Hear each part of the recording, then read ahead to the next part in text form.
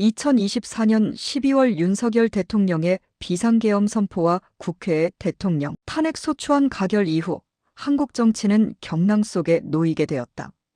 이 과정에서 한국 정치의 근본 문제를 직시하고 이를 해결하자는 개헌 논의가 확산되었다. 개헌론자들이 지적하는 한국 정치의 구조적인 문제는 제왕적 대통령제이다. 이들은 제왕적 대통령제의 원인을 87년 헌법에서 찾고 있다. 개헌론자들 중 다수의 입장은 대통령 5년 단임제를 4년 중임제로 바꾸는 것이다.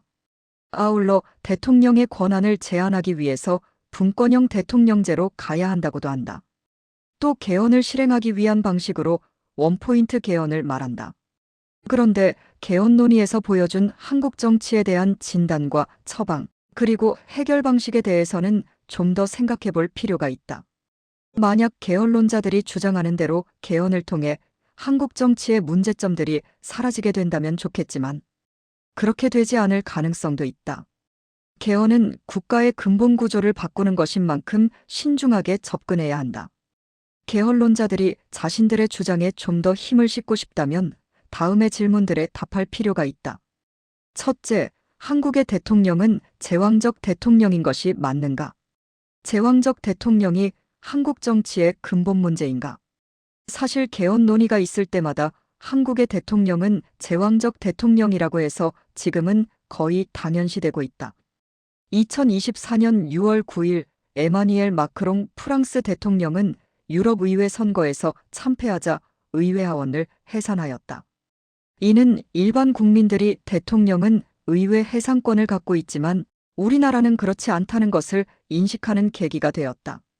대통령은 의회 해상권이 없고 현재 개헌론의 중에는 국회의 권한을 제한하자는 것도 있는 것을 보면 과연 한국의 대통령이 제왕적 대통령인 것이 맞는지 의구심이 들 수밖에 없다. 제왕적 대통령제가 한국 정치의 핵심 문제라면 우선 제왕적 대통령제가 어떤 메커니즘으로 작동하고 있는지를 밝혀야 한다. 제왕적 대통령제의 문제는 이론적으로 설명되고 명확히 규명되어야 한다. 단순히 사람들의 인식과 여론에만 의존해서는 안 된다. 둘째, 대통령 4년 중임제로 개헌을 하면 제왕적 대통령을 막을 수 있는가? 한국의 대통령이 제왕적 대통령이고 제왕적 대통령이 한국 정치의 근본 문제인 것이 명확히 밝혀졌다고 하자. 그러면 4년 중임제로 개헌을 하면 제왕적 대통령제의 문제를 해결할 수 있는가? 기존의 5년 단임제는 제왕적 대통령과 무슨 연관성이 있었기에 이를 4년 중임제로 바꾸면 해결할 수 있다는 말인가? 단순히 대통령 임기만을 놓고 본다면 5년 단임제보다는 4년 중임제가 대통령의 권한을 더 강화시킬 가능성이 높다. 또한 분권형 대통령제로 가야 한다는 주장이 있다.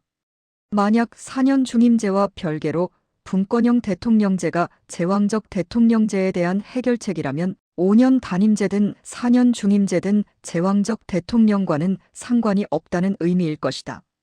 문제에 대한 진단과 처방이 일치하지 않는 셈이다. 그리고 분권형 대통령제의 예로 이원집 정부제를 말하는데 실제 프랑스의 사례를 보면 이원집 정부제가 오히려 대통령의 권한을 강화시키는 방식으로 운용되는 것을 알 수 있다.